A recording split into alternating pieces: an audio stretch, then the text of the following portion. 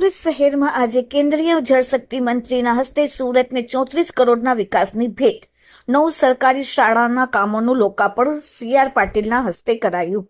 સુરત મહાનગરપાલિકા દ્વારા પ્રાથમિક શિક્ષણ ક્ષેત્રે આંતરમાળખી સુવિધાઓ સુધારવા માટે ઐતિહાસિક કામગીરી કરવામાં આવી, જેના ભાગરૂપે 34.13 કરોડના ખર્ચે 10 જેટલા શાળા વિકાસ કાર્યક્રમનો પ્રારંભ કરવામાં આવ્યો.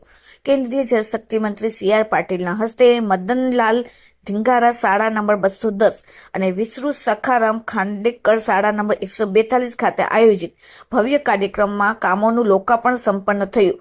ઉધના ખાતે માત્ર 29.75 કરોડના 9 કામોનું લોકાર્પણ કરાયું, જ્યારે 4.38 કરોડના 1 નવા કામોનું ખાતમુહૂર્ત કરવામાં આવ્યું. મનપા દ્વારા સુરતના તમામ ઝોનમાં શિક્ષણનું સ્તર અને ઇન્ફ્રાસ્ટ્રક્ચર મજબૂત કરવા વ્યાપક આયોજન કરાયું, જેમાં ઉધના ઝોનમાં સૌથી વધુ 13.21 કરોડના શાળાના વિકાસ કાર્યનું લોકાર્પણ કરવામાં આવ્યું છે, જેમાં લિંબાયત, કતારગામ, સેન્ટ્રલ, રાંદેર તેમજ સચિન કનકપુર ઝોનમાં પણ શાળાઓના નવા મકાનો અને અદ્યતન સુવિધાઓના કામો પૂર્ણ કરી લોકાર્પણ કરવામાં આવ્યા.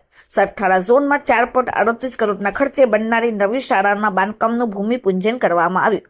કાર્યક્રમ દરમિયાન જાહેર સભાને સંબોધિત કરતા કેન્દ્રીય મંત્રી CR પાટીલે આમ આદમી પાર્ટીના નેતાઓ પર આકરા પ્રહાર કરતા કહ્યું કે સુરતની અંદર 396 જેટલી સ્કૂલની બિલ્ડિંગો બની છે. એક રાજકીય પાર્ટી એવો દાવો કરતી હતી કે અમે સૌથી સારું શિક્ષણ આપીએ છીએ અને સારી બિલ્ડિંગ બનાવીએ છીએ. મારે એમને ખુલ્લું આમંત્રણ છે કે એકવાર સુરત મહાનગરપાલિકાની આ બિલ્ડિંગો આવીને જોઈ જાય. તમે તમારા શીશ મહેલને પણ ભૂલી જાઓ.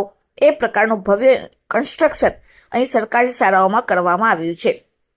સુરત મનપાની શિક્ષણ સમિતિની કામગીરીની પ્રશંસા કરવા પાટીલે કહ્યું કે સુરત મનપાની શાળાઓમાં આજે 1,70,000 જેટલા વિદ્યાર્થીઓ અભ્યાસ કરી રહ્યા છે અને 5,000થી પણ વધુ શિક્ષકો પોતાની સેવાઓ આપી રહ્યા છે.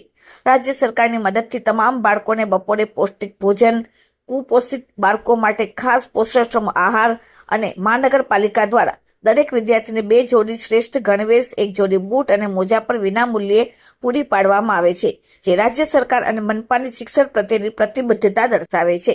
Bureau report, daily India TV, Surat.